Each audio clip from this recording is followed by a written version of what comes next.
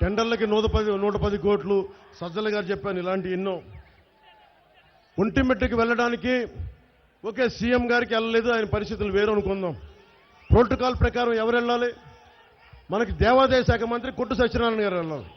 కానీ వెళ్ళింది ఎవరు? గనులు దోచే పెద్దిరెడ్డి గారు, ఇసుకను దోచే పెద్దిరెడ్డి గారు. అది వీళ్ళ స్థాయి. వెళ్ళి ధైర్యంగా బతకండి రా బాబు అంటే వెళ్ళి వాళ్ళకి మోచేతి అంబలు తాగే బతుకులు వీళ్ళు మన ఎమ్మెల్యేలు.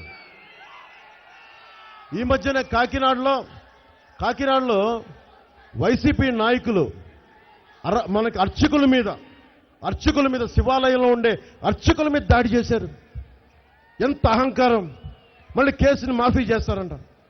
భీమవరంలో అక్కడికి ఆలయంలో, సోమేశ్వరుని ఆలయంలో ఒక బ్రాహ్మణుల తాలూకు యజ్ఞోపేతాన్ని పవిత్రంగా చూసుకున్న యజ్ఞోపేతాన్ని తెంపేశారు. అంత పొగర్లు పెరిగిపోయిన వైసీపీ వాళ్ళకి మామూలు పొగర్లు పెరగల. దళితులనేమో డోర్ డెలివరీ చేస్తారు. బీసీల మీదేమో దాదాపు 8,000 9,000 పైసలకు కేసులు పెట్టారు. బీసీల మీద 34% ఉన్న బీసీ స్థానిక ఎన్నికల్లో ఉన్న రిజర్వేషన్లని 24% చేశారు. ఎల్లికి ఊడిగం చేసి కూర్చోబెట్టి వీళ్ళ చుట్టూ భజన చేస్తే చాలు, కులాలు నాశనం అయిపోయిన పర్లా. ఇది మారాలని నేను కోరుకుంటా ఉన్నా.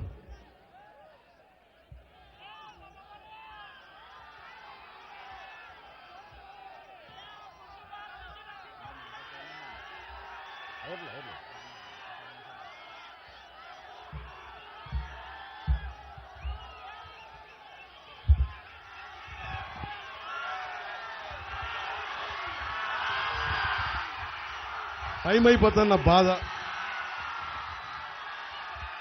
ఏం చేద్దాం?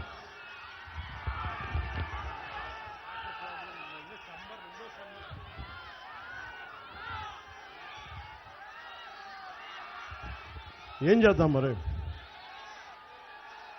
5 సంవత్సరాలకు ఒకసారి ఎన్నికలు వస్తాయి. మనకుండే కష్టాలు మనకున్నాయి. సాగునీరు కానీ, ఇప్పుడు ఈయన పెద్దలు చెప్తా ఉన్నారు, తాగునీటికి సమస్యలు కనిపిస్తాను, సాగునీటికి సమస్యలు, వ్యాపారాలంటే ట్యాక్సులు, జిఎస్టీలు ఎక్కువైపోయినాయని మనం బాధపడుతూ ఉంటే దానికి అదనంగా కే ట్యాక్స్, కొట్టు ట్యాక్స్ ఒకటి. ఇన్నిట్లో మనకి చిన్న ఇల్లు కట్టుకోవాలంటే గవర్నమెంట్కి ఎలాగ ట్యాక్స్ పే చేయాలి, డబ్బులు పే చేయాలి, మళ్ళీ దానికి లంచాలు. ఎప్పటికీ మారుతుంది పరిస్థితులు? ఎప్పటికీ లంచాలు పే చేయాల్సిందనా?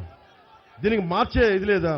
2047లో మీకున్న ఒక్కొక్కరికి ఇక్కడున్న ఆడబిడ్డలకు కానీ, నీ వయసు ఎంత తల్లి? నీ వయసు 20?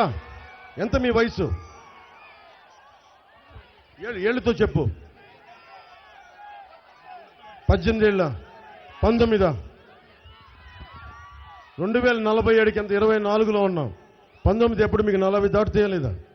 40కి వచ్చేటప్పటికి మీకు బిడ్డలు ఉంటారా లేదా? మీ బిడ్డలకు కూడా ఇలాంటి జీవితాలను ఇస్తామా? ఇలాగే కలుషితమైన జీవితాన్ని ఇస్తామా?